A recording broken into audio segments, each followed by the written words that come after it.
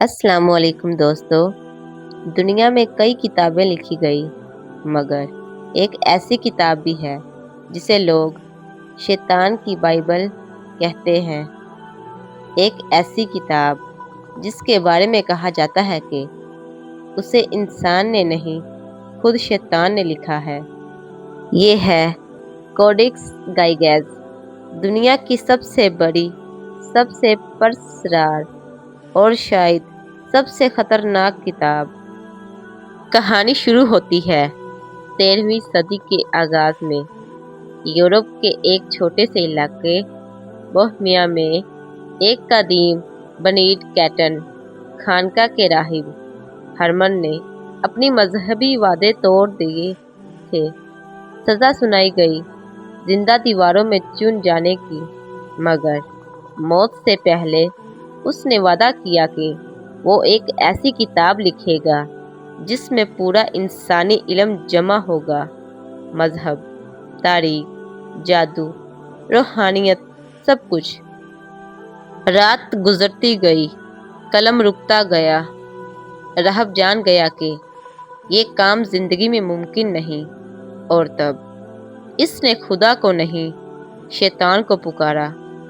کہا جاتا ہے کہ اس نے وعدہ کیا، میری روح تمہاری، بس مجھے ایک رات میں یہ کتاب مکمل کرنے کی طاقت دے دو۔ اگلی صبح خانقاہ کی فضاؤں میں خوف پھیل چکا تھا۔ سامنے پڑی تھی ایک دیوہیکل کتاب، اتنی بڑی کہ ایک انسان بم شکل اٹھا سکے۔ 310 ورق، تقریباً 160 جانوروں کی کھالوں پر لکھے گئے، اور حیرت کی بات، پوری کتاب کا خط ایک ہی ہاتھ سے لکھا گیا۔ اس میں درج تھا پوری لاطینی بائبل، یہودی مورخ جوزیفس کی تحریری، جادوئی منتظر، اسیر سے بچاؤ کی دعائیں، اور مردود کو زندہ کرنے کے راز۔ مگر سب سے خوفناک چیز، ایک پورا صفحہ جس پر صرف شیطان کی تصویر بنی ہے۔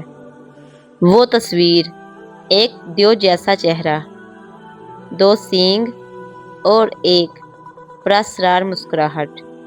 کہا جاتا ہے کہ جب بھی کوئی شخص اس صفحے کو دیکھتا ہے تو یوں لگتا ہے جیسے کتاب خود اسے دیکھ رہی ہو۔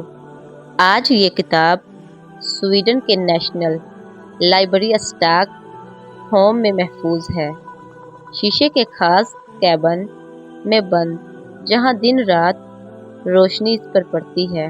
صرف چند محققین کو اجازت ہے کہ اسے دیکھ سکے، لیکن کوئی بھی یقین سے نہیں کہہ سکا کیا یہ کتاب انسان کی تخلیق ہے یا شیطان کے ساتھ کیے گئے ایک معاہدے کا نتیجہ۔